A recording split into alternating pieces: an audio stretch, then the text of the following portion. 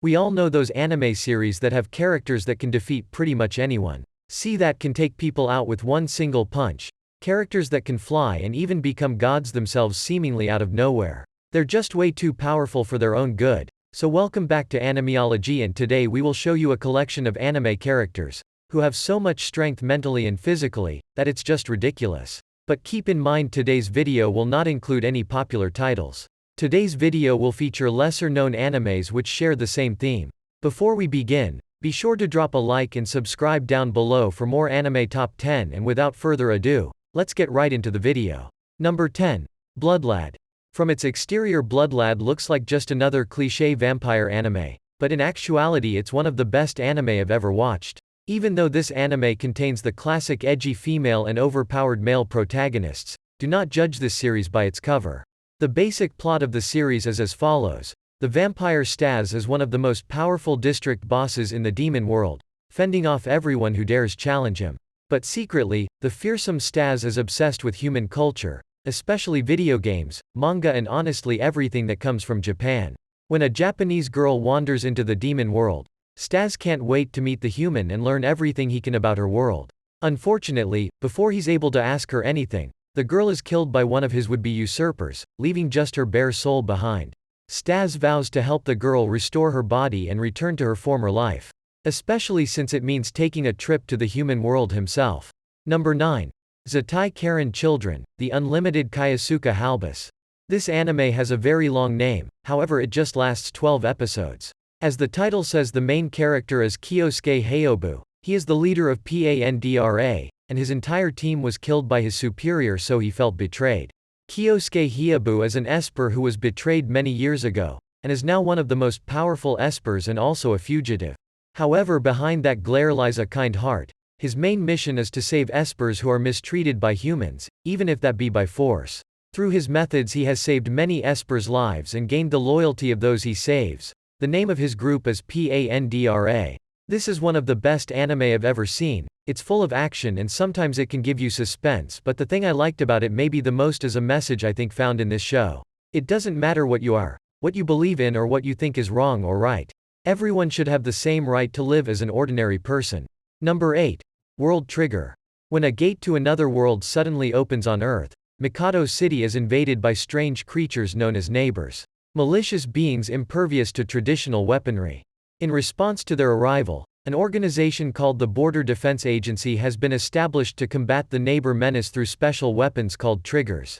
Even though several years have passed after the gate first opened, neighbors are still a threat and members of the border remain on guard to ensure the safety of the planet.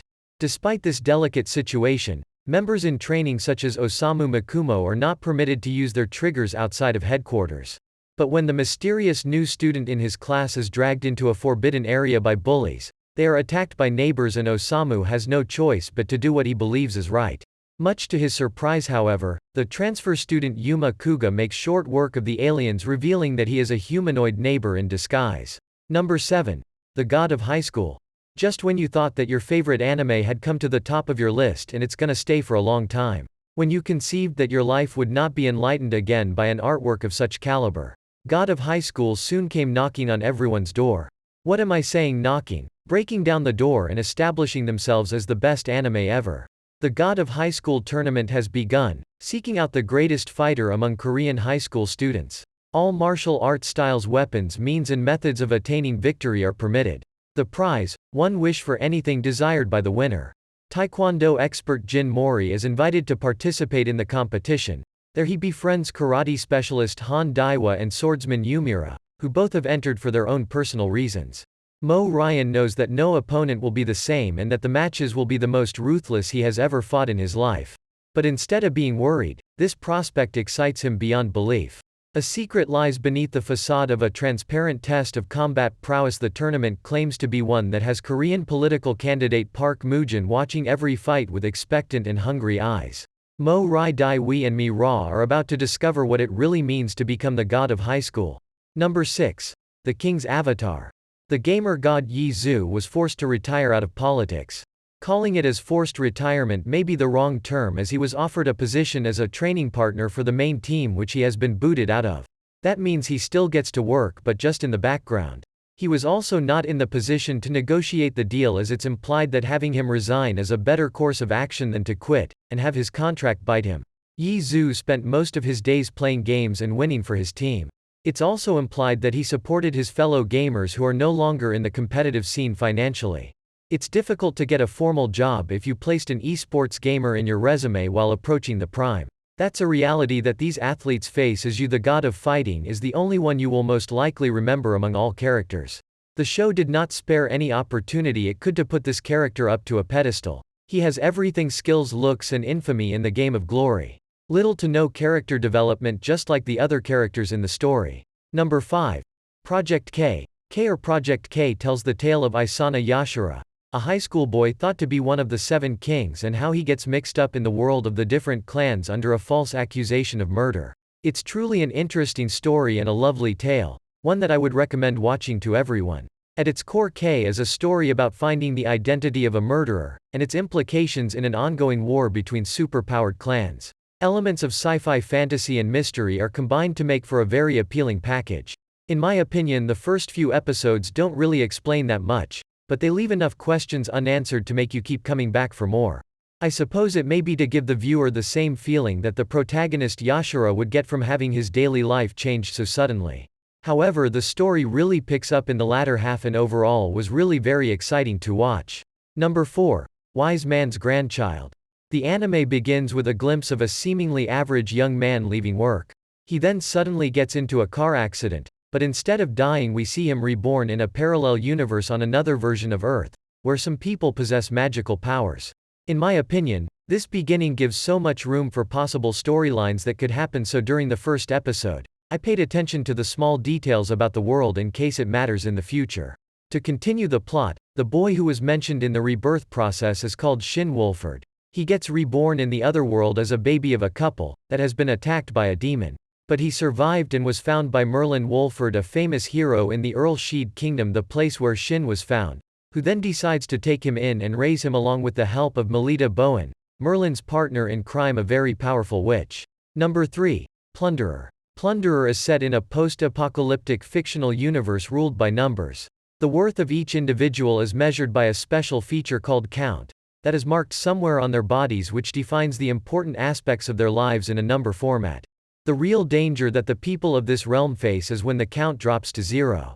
When this happens, the person will be dragged into the abyss below, which results in death. The protagonist Hina has a count which represents how many kilometers she has walked. When her mother gets dragged into the abyss as per her mother's final wish, she sets off in search of the legendary ace.